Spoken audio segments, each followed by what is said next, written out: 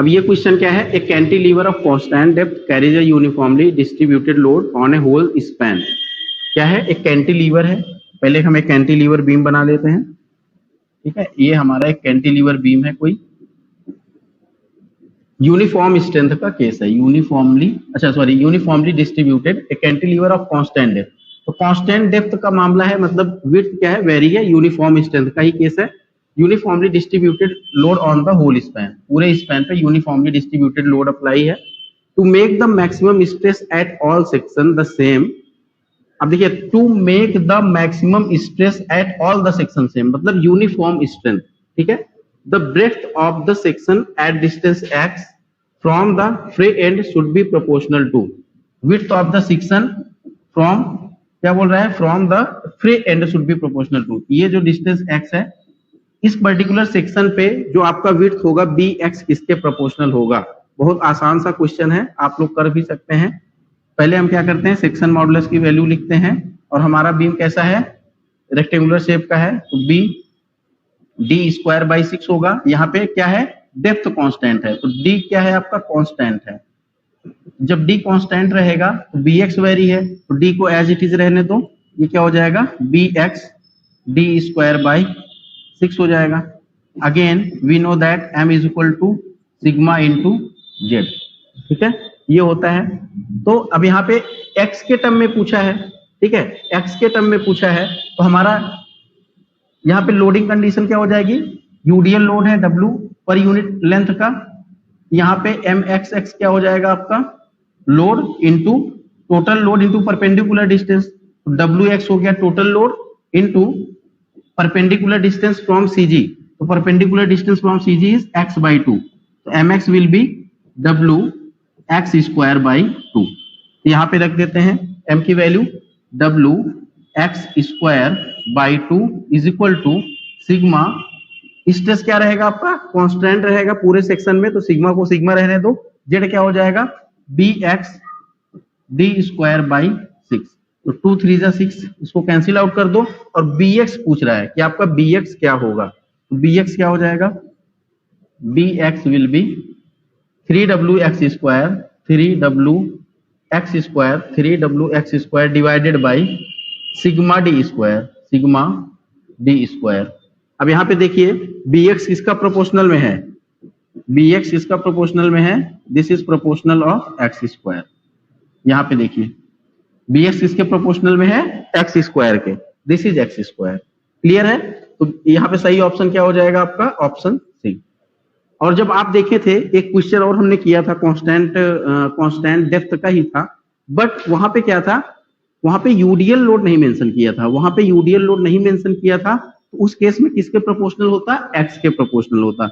But जब UDL का case हो जाएगा तो किसके प्रोपोर्शनल में हो जाएगा, एक्स स्क्वायर के प्रोपोर्शनल में हो जाएगा। इसमें थोड़ा सा कॉन्सेप्ट लगा, कॉन्सेप्ट यही था कि ये यूडीएल लोड लगा और सेक्शन एक्स पे हमने एक्स डिस्टेंस पे इसका मोमेंट निकाला पहले, और इस मोमेंट को निकालने के बाद हमारा जो ये मेन इक्वेशन है, इस इक्वेशन में हमने m की वैल्यू रखी, z की वैल्यू रखी और इंटरचेंज किया, तो हमको bx के टर्म में इक्वेशन मिल गया। क्लियर है, एकदम आसान क्वेश्चन है, थोड़ा सा कॉन्सेप्ट है, प्रैक्टिस करेंगे तो आने लगेगा, कोई दिक्कत नहीं होगा। नेक्स्ट क्वेश्चन देखते हैं। A rectangular timber beam is cut out of a cylindrical log of diameter d.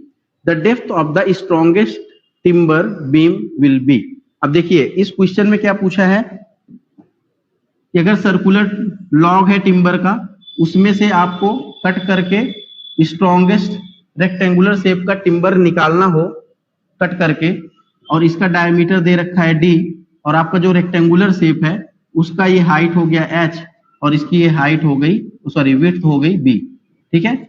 इस क्वेश्चन में आपको d, देखिए डेप्थ, जो हमारा डेप्थ है h, और जो डायमीटर है उसके टर्म में हमें क्या बताना है, relation, the depth of the strongest beam, तो depth of the strongest beam क्या हो जाएगा, h हो जाएगा, और टिम्बर बीम विल बी, और डायमीटर क्या हो जाएगा d, ये हो गया डायमीटर और ये हो गया h, ठीक है।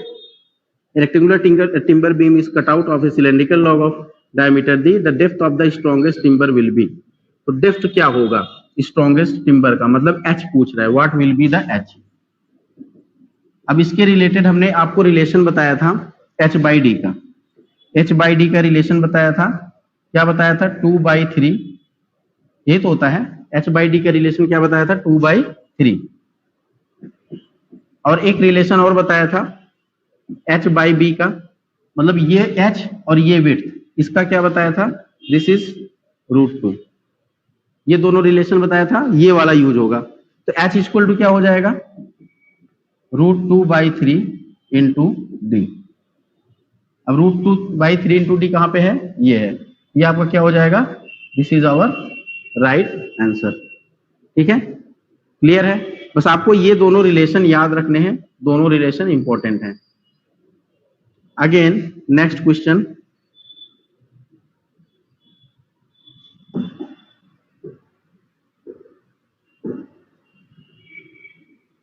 a cantilever beam of T cross section carries a uniformly distributed load. Where does the maximum magnitude of bending stress occur? T section का बीम है, कोई कैंटिलीवर बीम है, बट हमारा सेक्शन कैसा है, यहाँ मतलब है हमारे सेक्शन से, हमारा सेक्शन है T क्रॉस सेक्शन का शेप है, इसका T सेक्शन है, और इसमें पूछ रहा है कि मैक्सिमम बेंडिंग स्ट्रेस कहां पर होगा। तो एक बार आप लोग रिप्लाई करिए कि मैक्सिमम बेंडिंग स्ट्रेस कहां पर होगा इस सेक्शन में, top of the cross section होगा, कि junction of flange and wave होगा, कि मिडिल डेप्थ पे होगा, या बॉटम ऑफ द सेक्शन, चारों में से किस सेक्शन पे होगा। ये बहुत ही इंपॉर्टेंट और बहुत ही कॉन्सेप्चुअल क्वेश्चन है।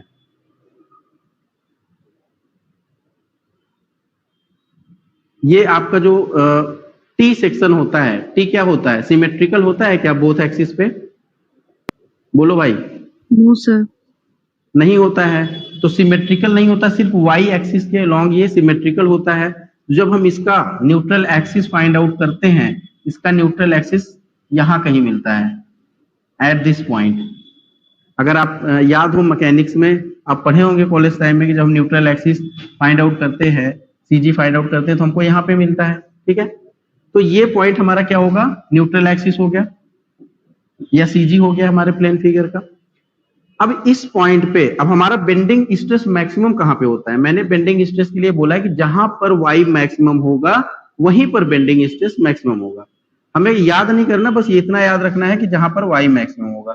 तो m इज इक्वल टू क्या होता है, sigma by y is equal to m by I होता है। तो bending stress will be maximum, sigma b will be maximum at m by I into y max, जहां पर वाई मैक्स होगा। तो वाई मैक्स कहां पर होगा, जहां होगा वहीं मैक्सिमम होगा। अब ये ऐसा क्वेश्चन है, इसमें बहुत सारे स्टूडेंट टॉप फ्लेंज पे लगा देते हैं, उनको लगता है कि टॉप फाइबर पे होगा, ये रहा टॉप फाइबर, उनको लगता है टॉप फाइबर पे होगा, बट यही थोड़ा सा गलती हो जाती है, क्योंकि आप देखिए कि ये वाला डिस्टेंस ज्यादा है। Suppose this is y and this is y, this is y1 and this is y2। तो यहाँ पे जो y2 का डिस्टेंस है, y2 is greater than y1, क्योंकि न्यूट्रल एक्सिस अपवर्ड साइड में शिफ्ट हो जाता है ड्यू टू द सिमेट्रिसिटी, मतलब इसका सिमेट्रिक नहीं है, अनसिमेट्रिक है, इस वजह से ऊपर की तरफ शिफ्ट हो जाता है, सेंटर से ऊपर की तरफ। तो y2 क्या हो जाता है, ग्रेटर देन हो जाता है y1 से। तो हमारा y2 क्या हो जाएगा, y मैक्स हो जाएगा। तो y मैक्स कहां पे है, इस पॉइंट पे, बॉटम फाइबर पे। तो हमारा बेंडिंग स्ट्रेस कहां पे मैक्सिमम होगा, बॉटम फाइबर पे मैक्सिमम होगा। तो इस क्वेश्चन का सही आंसर क्या हो जाएगा, बॉटम फाइबर कहां लिखा है, देखिए at the top of cross section, ये नहीं होगा, एट द जंक्शन नहीं, at the mid depth, at the bottom of the section. Option D is correct, option D is correct, at the bottom of the section. Clear है, bottom पे आपका stress maximum. तो ऐसे question में बस आपको यही कॉन्सेप्ट याद रखना है, ये वाला, कि जहां पे वाई मैक्स होगा, और वाई मैक्स कहां पे है, ये वाई मैक्स है, इस वजह से। क्लियर, नेक्स्ट क्वेश्चन देखते हैं।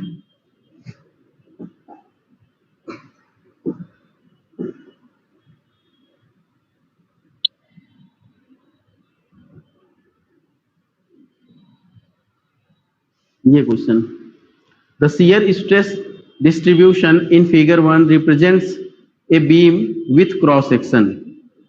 अब बताइए ये जो फिगर है ये किस बीम को रिप्रेजेंट कर रहा है, बस यही पूछ रहा है। ये बताइए फिगर जो है किस बीम को रिप्रेजेंट कर रहा है, गेस करिए। सर ए को, ये ए को रिप्रेजेंट कर रहा है, वेरी गुड।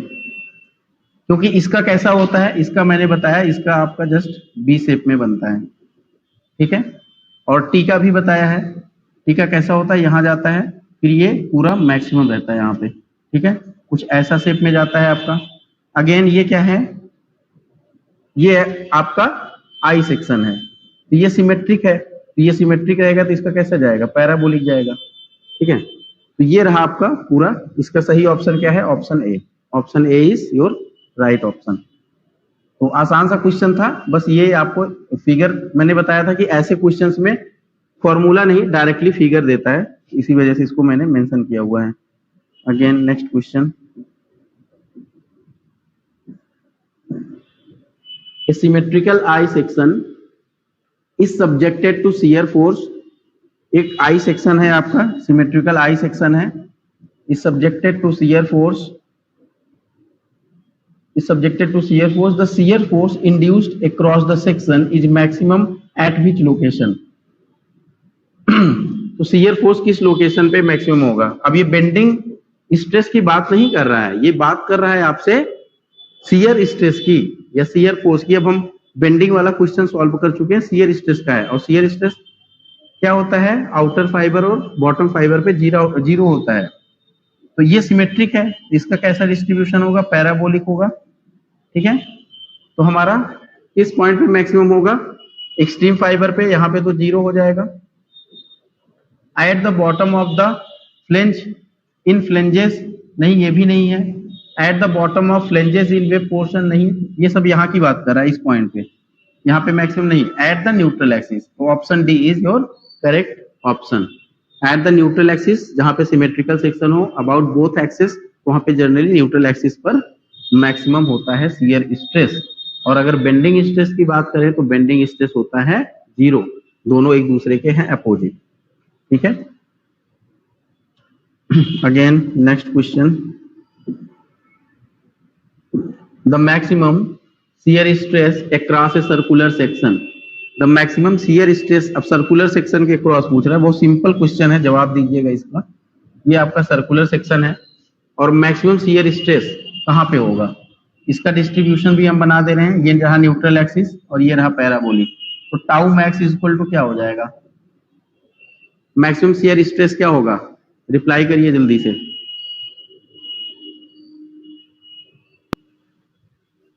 सर ए होगा। Yes, A is the right option। 4/3 tau average. और 4/3 को हम क्या लिख सकते हैं, 1.33 भी लिख सकते हैं।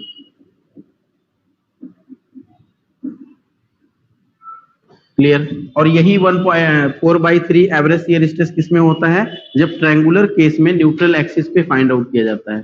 अगर कोई ट्रायंगुलर सेक्शन है और इसके न्यूट्रल एक्सिस पे फाइंड आउट किया जाए, this is neutral axis of triangular section, और यहाँ का जो न्यूट्रल एक्सिस पे होता है that is 4/3 tau average.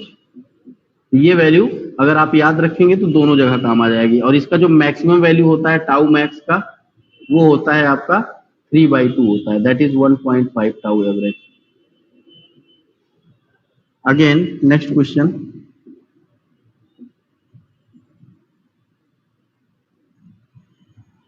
a simply supported wooden beam 100 mm wide, 250 mm deep and 3 meter long is carrying a uniformly distributed load of 40 kilonewton per meter। the maximum shear stress will be, maximum shear stress कितना होगा। ये question मैंने इस वजह से लिया है क्योंकि यहाँ पे shear फोर्स आपको फाइंड आउट करना पड़ेगा, देन क्रॉस सेक्शनल एरिया से आप डिवाइड करेंगे, आप उसके बाद आप जाके shear stress फाइंड आउट करेंगे। तो थोड़ा सा इसमें एक स्टेप आपको खुद से करना पड़ेगा, इस वजह से मैंने इस क्वेश्चन को मेंशन किया है।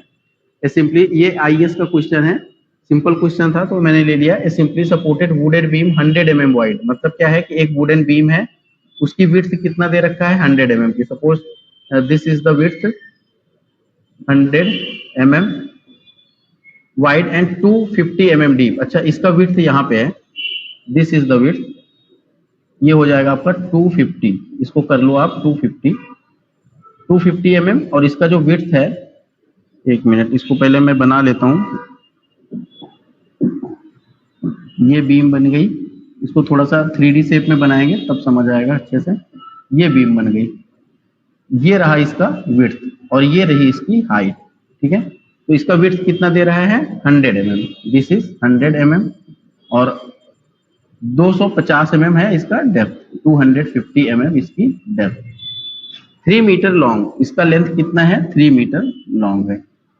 और क्या कह रहा है, carrying a uniformly distributed load of 40 kilo Newton पर मीटर। अब यहाँ पे यूनिफॉर्मली डिस्ट्रीब्यूटेड लोड लगा है 40 किलो न्यूटन पर मीटर का। The maximum shear stress will B. अब बताइए ये कैसा बीम है, एक रेक्टेंगुलर शेप की बीम है, विड्थ और डेप्थ देख के लग रहा है कि इसका क्रॉस सेक्शन कैसा है। इसका क्रॉस सेक्शन ये रहा 100 mm एंड 250 mm, ठीक है। ये इसका क्रॉस सेक्शन अगर हम कट करेंगे तो हमको ये क्रॉस सेक्शन मिलेगा। सिंपली सपोर्टेड है तो यहाँ पे सिंपली सपोर्टेड का सिंबल बना दीजिए, this is simply support. Again यहाँ पे शियर फोर्स क्या होगा, सिंपली सपोर्टेड वाला अगर आपको केस याद हो, अगर ऐसा कुछ बीम है यहाँ पे यूडीएल लोड लगा हुआ है, इसमें मैक्सिमम शियर फोर्स का डायग्राम कैसा बनता है, कुछ ऐसा जाता है। तो मैक्सिमम शियर फोर्स क्या होगा, this one is maximum shear force, this one is, इसकी वैल्यू क्या होती है WL/2, इसकी भी वैल्यू होती है WL/2। ये कितना हो जाएगा WL/2, this is also WL/2। तो मैक्सिमम शियर फोर्स कितना हो जाएगा, अगर शियर फोर्स की वैल्यू देखी जाए तो WL/2।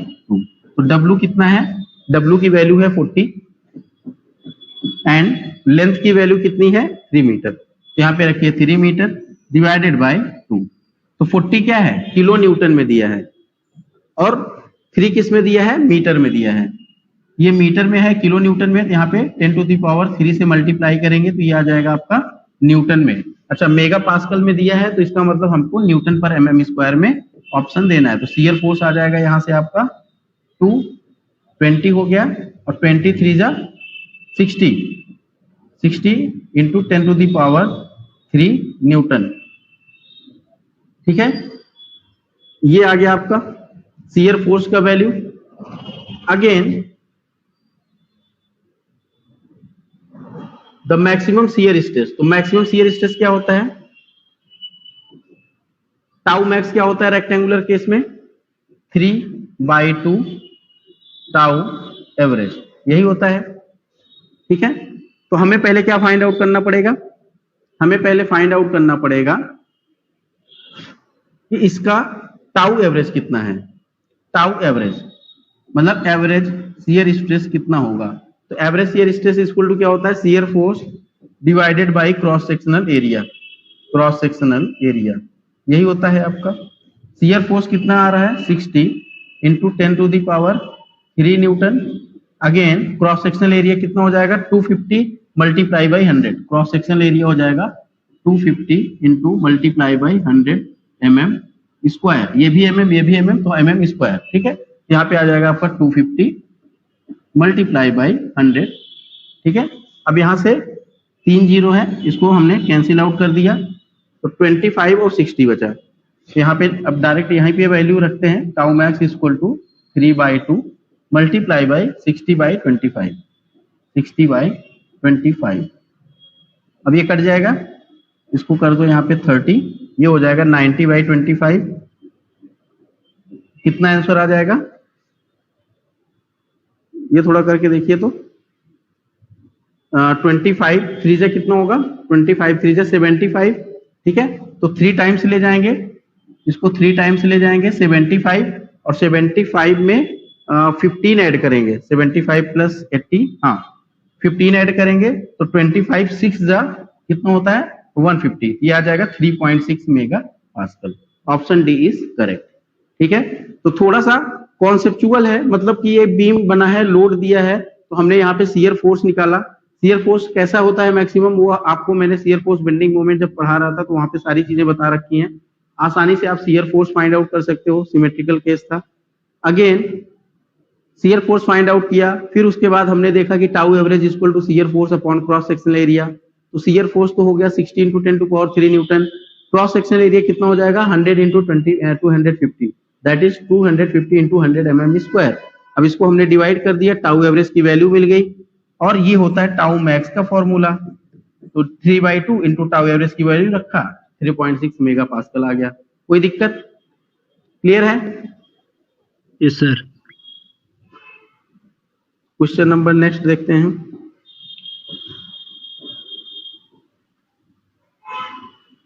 If the diameter of a shaft subjected to torque alone is doubled, then the horsepower will be increased.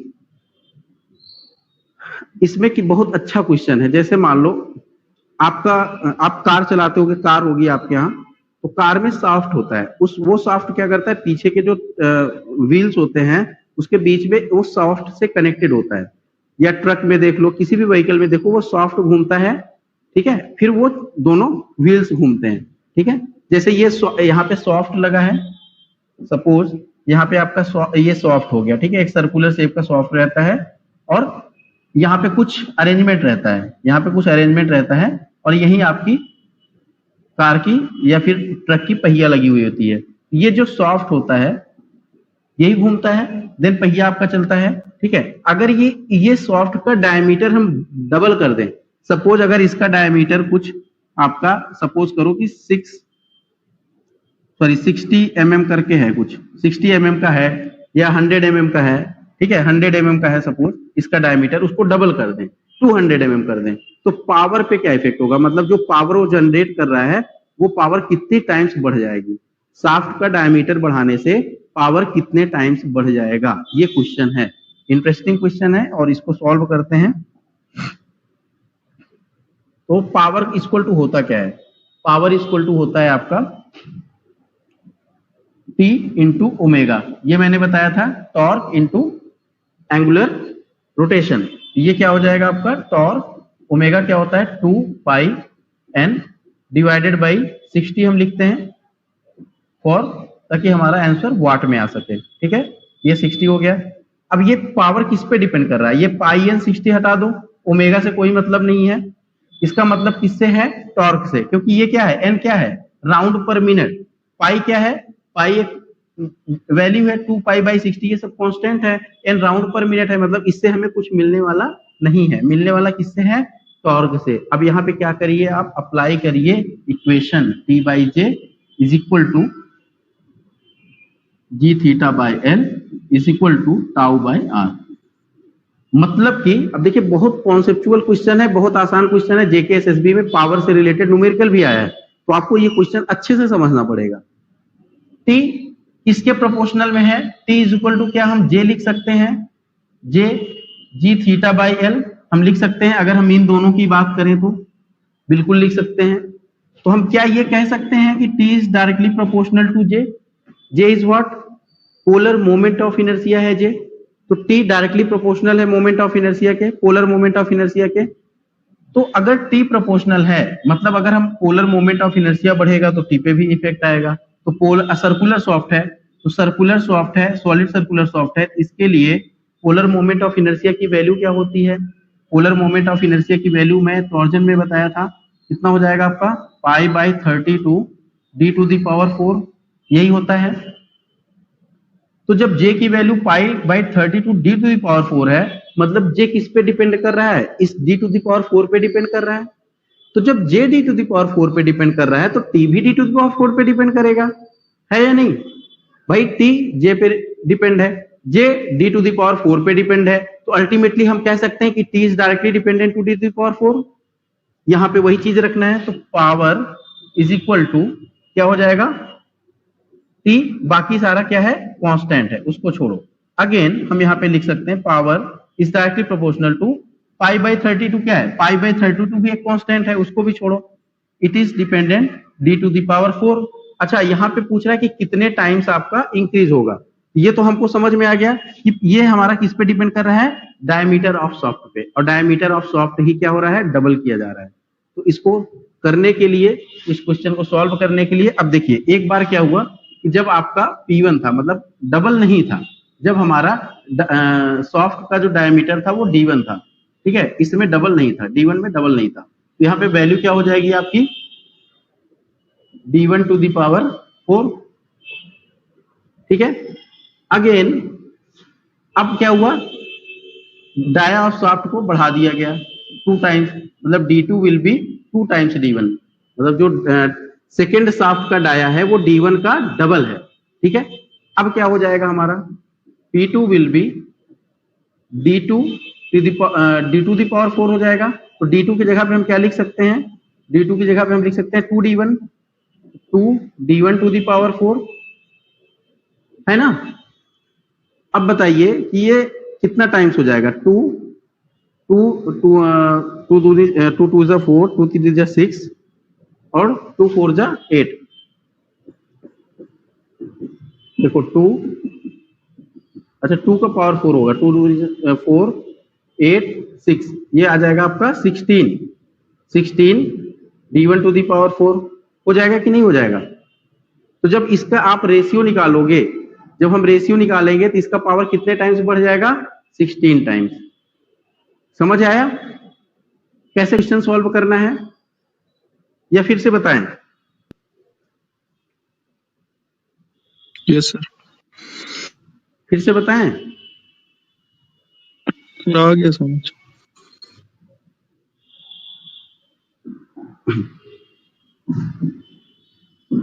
देखिए एक बार शॉर्टकट में बता दे रहे हैं कि अगर आपका P है T इंटू ओमेगा, हम ये कह सकते हैं कि आपका P जो है डायरेक्टली प्रोपोर्शनल है टॉर्क के। ठीक है, और हमने देखा कि torque is proportional to polar moment of inertia, and polar moment of inertia for solid section के लिए कितना होता है, π/32 d टू द पावर 4, मतलब ये d टू द पावर 4 पे डिपेंड है।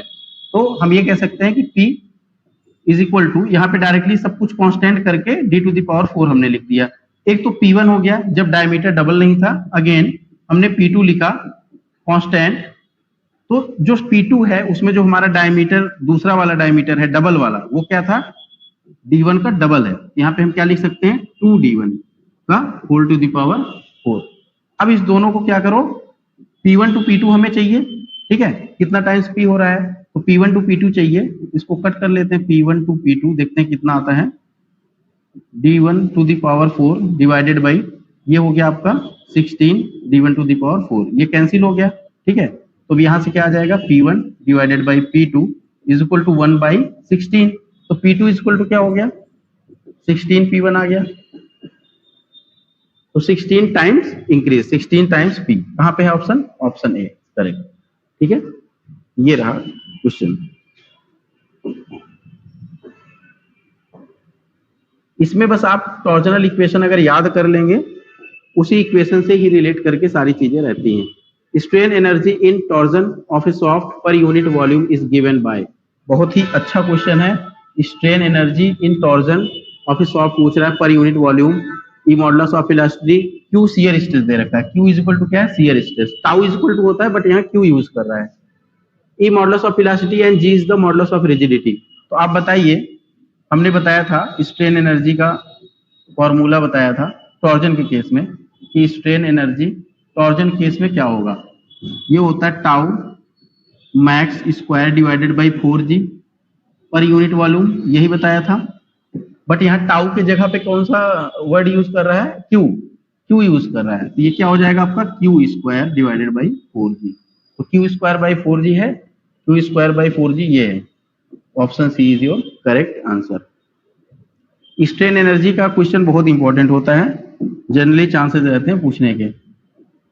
Again this question, a solid circular shaft of diameter d is subjected to a twisting moment T, the maximum shear stress in the shaft is proportional to, solid circular shaft है, उसका diameter d है, a twisting moment T से subjected है, the maximum shear stress in the shaft proportional to. अब इसमें क्या करेंगे, simple सा वही अपना टॉर्जन वाला क्या करेंगे, इक्वेशन लगा देंगे। ठीक है, सॉफ्ट दिया है, टॉर्जन का केस है, this is T/J is equal to tau by R, लिख सकते हैं, जी थीटा बाई एल भी होता है, अभी उसको साइड कर दो, उसका काम नहीं है, हमको मतलब है इतने से। ठीक है, क्या हो जाएगा आपका, द मैक्सिमम शियर स्ट्रेस पूछ रहा है, तो tau is equal to, tau के टर्म में क्या हो जाएगा, T R divided by J. तो टाउ कब मैक्सिमम होगा, टाउ मैक्सिमम होगा जब आर मैक्सिमम होगा, है कि नहीं।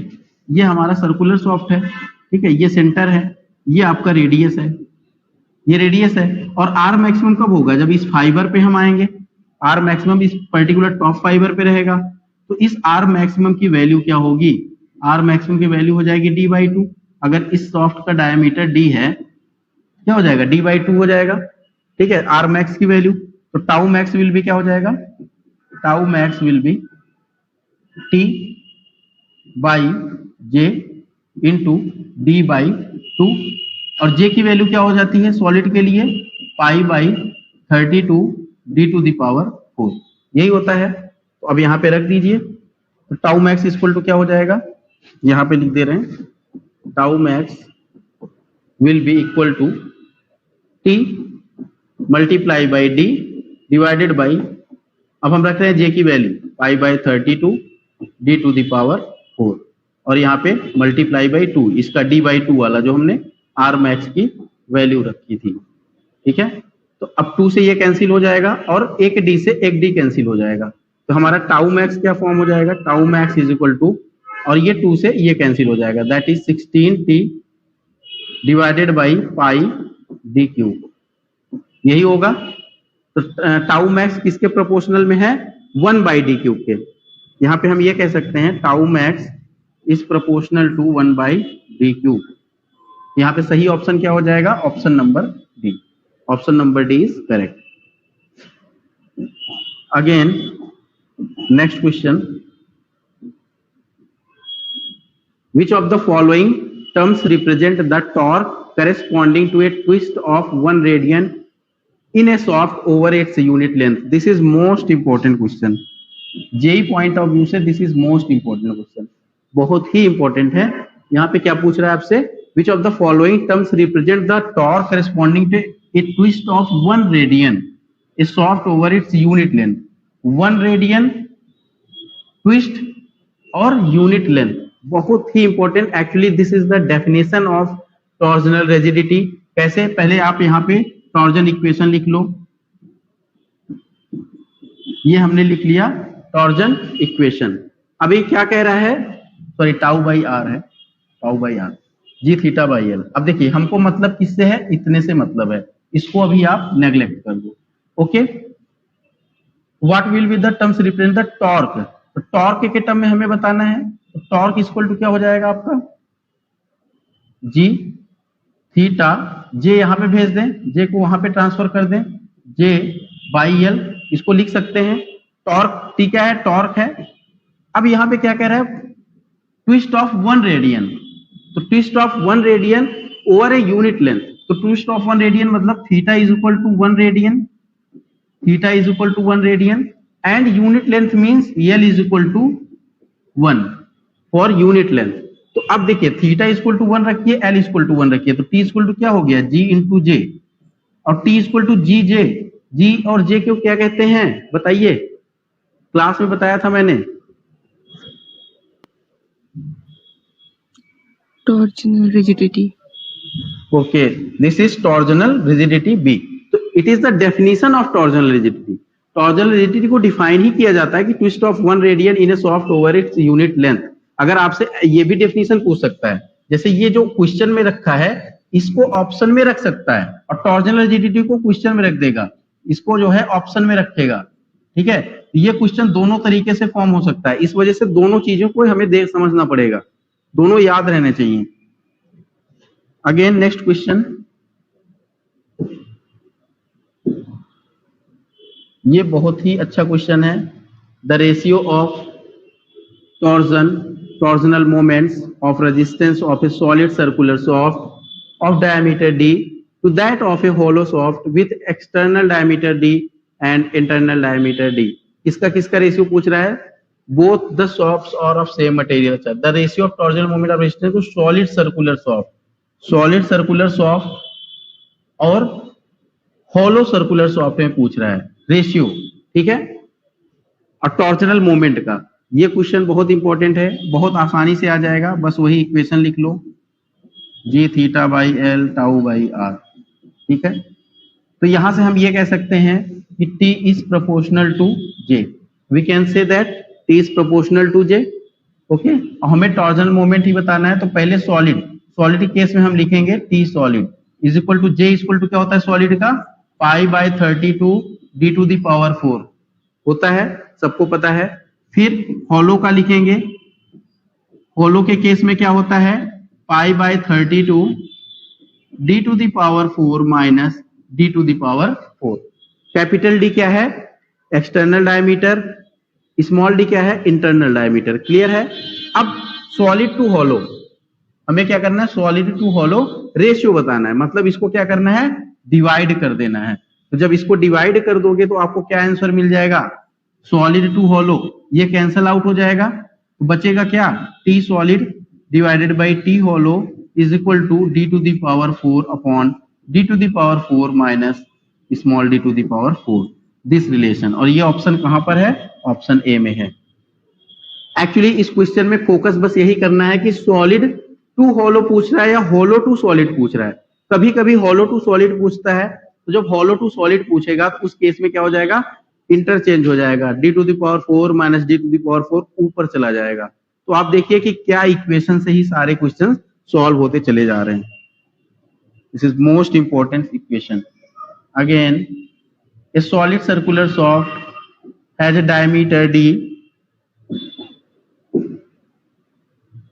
अच्छा ये लास्ट क्वेश्चन है शायद, हाँ लास्ट क्वेश्चन है, इसके बाद क्वेश्चन नहीं। A solid circular shaft has a diameter D, its polar modulus. JE level के लिए most important question, JE level के लिए और ए लेवल में भी, स्टेट का जो ए का एग्जाम होता है। Solid circular shaft has diameter D, solid circular shaft है, ठीक है, सॉलिड का केस है, उसका डायमीटर डी है। इट्स पोलर मॉडुलस, जैसे कि बेंडिंग के केस में क्या होता है, सेक्शन मॉडुलस, जिसको हम जेड से रिप्रेजेंट करते हैं। और पोलर मॉडुलस क्या होता है, पोलर मॉडुलस को हम जेड पी से रिप्रेजेंट करते हैं। तो पोलर मॉडुलस क्या होता है, पोलर मोमेंट ऑफ इनर्शिया, ठीक है, डिवाइडेड बाई, जैसे वहां पे होता नहीं है सेक्शन मॉडुलस क्या होता है, आई बाई वाई, तो यहाँ पे polar moment of inertia divided by R max. क्योंकि आर क्यों आता है, क्योंकि सर्कुलर शेप का हमारा सॉफ्ट होता है, और उस सॉफ्ट में आर मैक्स क्या होता है, आर इज द रेडियस और R max is the maximum radius, ठीक है। तो पोलर मॉडुलस क्या हो जाएगा, सॉलिड का जे क्या होता है, सॉलिड का जे होता है आपका π/32 d to the power 4। Again R max क्या होता है, मैक्सिमम आर यहाँ पे, सपोज अगर ये सेंटर है, दिस इज आर मैक्स, तो आर मैक्स क्या हो जाएगा, d/2 हो जाएगा, आर मैक्स यहाँ पे रख दो d/2, ये कितना हो जाएगा, ZP इज इक्वल टू 2 से 16, d से d cancel, this is 16, sorry ये हो जाएगा आपका pi d cube divided by 16, pi d cube divided by 16। तो है यहाँ पे pi d cube divided by 16, ये रहा, this is the correct option, pi d cube divided by 16, ठीक है। तो ये सारे क्वेश्चंस हो गए। अब हमको प्रैक्टिस करने हैं, जितना भी अभी तक मैंने, जैसे हो गया आपका बेंडिंग हो गया, शियर हो गया, टॉर्जनल, तीनों का क्वेश्चन है। इसका पीडीएफ भी अपलोड है ऐप में, आप ऐप में पीडीएफ भी देख सकते हैं और इसको प्रैक्टिस कर सकते हैं। अब जैसे क्लास में ये रिकॉर्डेड है, जिस भी क्वेश्चन में प्रॉब्लम हो आप डायरेक्टली वहां जाके उस क्वेश्चन का एक्सप्लेनेशन देख सकते हैं।